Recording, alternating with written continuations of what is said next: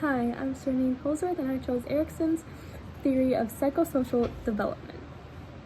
So what exactly did Erickson's theory of psychosocial development entail? Much like Freud, Erickson believed that personality is developed in a series of stages.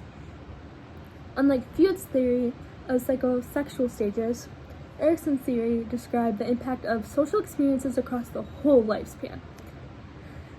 Erickson was interested in how social interaction and relationship played a role in the development and growth of human beings.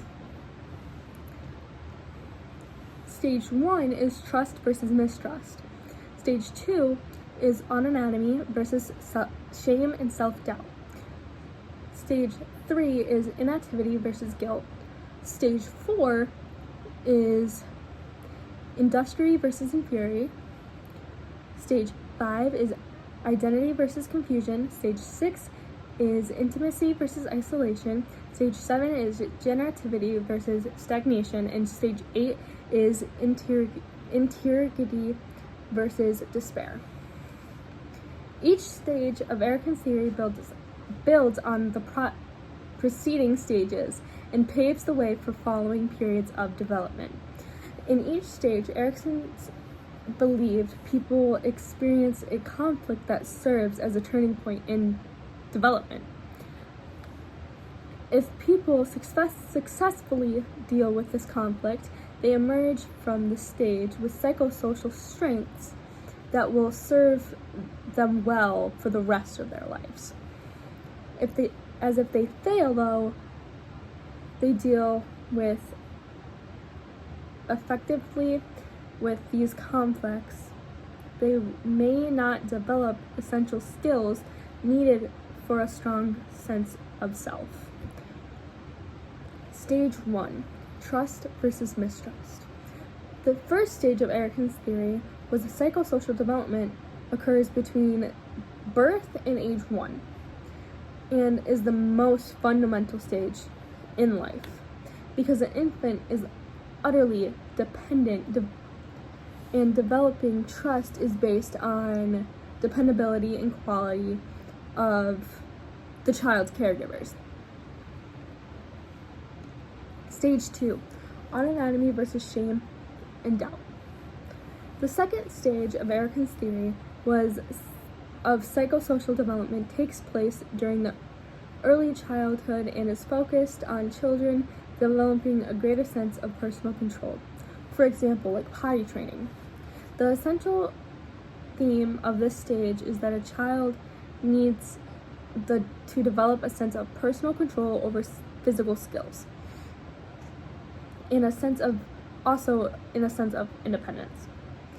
Potty training plays an important role in helping children develop this sense of autonomy. Stage 3, inactivity versus guilt.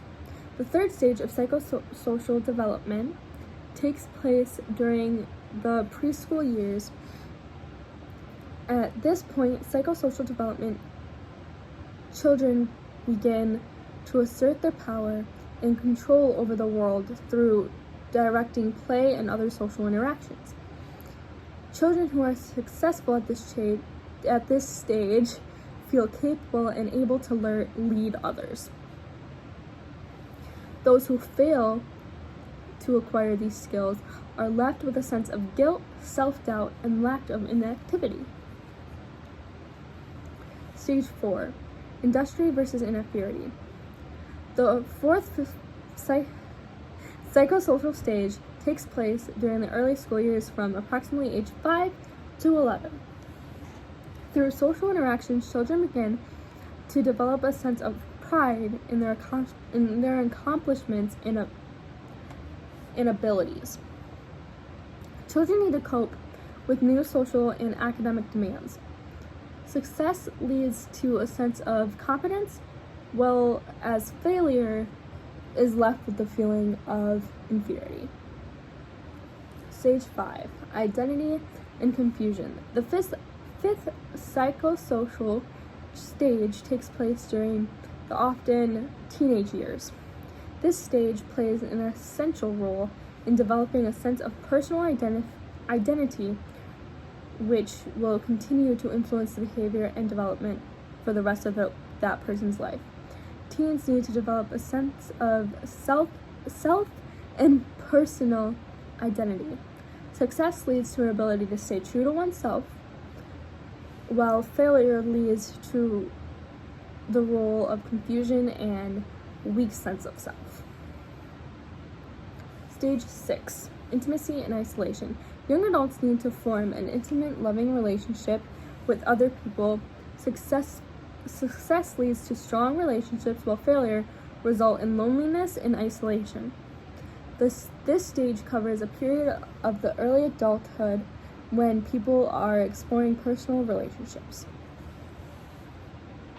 Stage 7, generativity versus stagnation. Adults need to create or nurture things that will outlast them, like children, often by having children or creating a positive change in the benefits of other people. Success will lead to the feeling of accomplishment, while failure will result in shallow involvement in the world. The final psychosocial stage occurs during old age and is focused on reflecting back on the life. At this point in development, people look back at the events that they have done in their life to determine if they are happy with what they did in life versus if they look back and they are not happy what they have done in life. At this stage, people reflect back on the events of their lives and take stock. Those who look back on life, they feel as well lived while feeling satisfied and ready to face the end of their lives with a sense of peace. But the people who look back and only feel regret, they're normally not going to feel peace about dying and not being able to live to their expectations. So that was Erikson's psychosocial development theory. I chose this because I felt like it's the one that mostly I understood on how his thinking was, honestly. And so that was his theory, and that was the stages. Thank you.